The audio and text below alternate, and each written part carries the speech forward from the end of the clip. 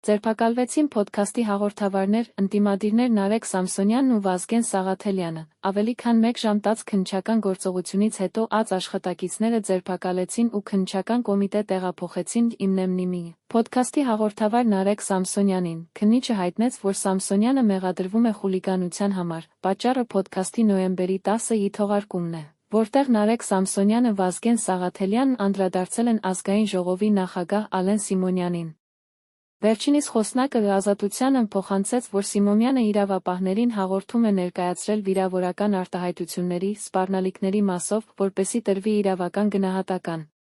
Ձերբակալությունից առաջ փաստաբան Ռուբեն Մելիքյանը փորձում էր մտնել Սամսոնյանի բնակարան մասնակցել քննչական գործողություններին, սակայն դուռը նրա առջ այդպես էլ չբացվեց։ Փոդքասթի մյուս հաղորդավարը Վազգեն Սաղաթելյանս Facebook-ում գրել էր, որ ԱԶ դիմակավորված աշխատակիցները իր տուն են մտել։